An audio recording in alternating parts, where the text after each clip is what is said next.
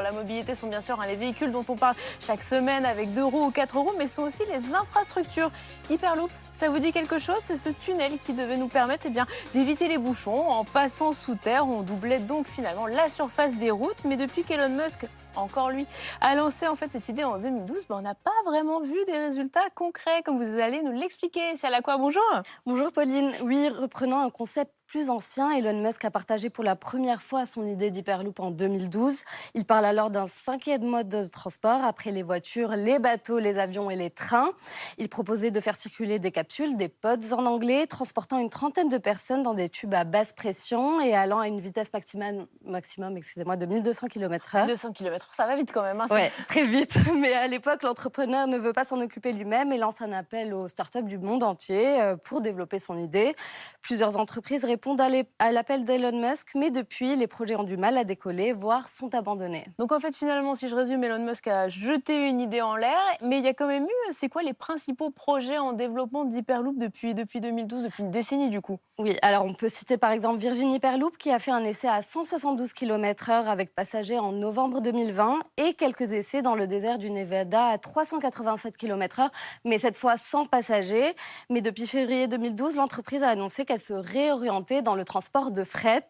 Il y a aussi Hyperloop Transportation Technologies qui a multiplié les accords pour développer son Hyperloop. L'entreprise devait d'ailleurs ouvrir le premier tronçon pour l'exposition universelle Dubaï 2020, mais le projet ne s'est pas concrétisé. Oui, c'est ça, je me disais, Oui. je n'ai pas loupé quelque Non, chose, non, ça ne s'est pas c'est produit. pas D'accord, tout va bien. Elle devait aussi installer un centre d'essai ici en France à Toulouse, qui n'a jamais vu le jour non plus. L'entreprise canadienne Transpod veut aussi lancer son Hyperloop en ouvrant une liaison entre Calgary et Edmonton, dans l'ouest du Canada.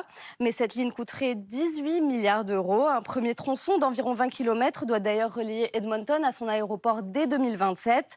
Et une piste d'essai de 3 km devrait aussi ouvrir début 2023 en France dans la Haute-Vienne. Donc pour l'instant, on est à 4 projets, dont 2 et demi qui n'ont pas vraiment fonctionné, mais on a quand même un peu d'espoir. Essayer de voir un jour circuler un Hyperloop où finalement c'est quand même une arnaque.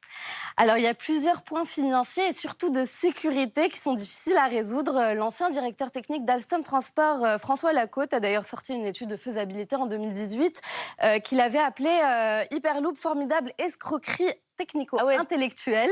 D'accord, le titre veut tout dire. Oui, Ok. voilà. Il y présente des problèmes de sécurité, par exemple, comment on peut évacuer des personnes dans un tunnel d'une centaine de kilomètres et sous vide d'air, ou encore qu'il faudrait 10 kilomètres pour que l'Hyperloop puisse s'arrêter en urgence. Selon le Time Magazine, même Elon Musk n'aurait jamais vraiment cru en ce projet. Il aurait avoué à son biographe que son seul but à l'époque était de faire capoter un projet de TGV en Californie dans lequel il ne croyait pas.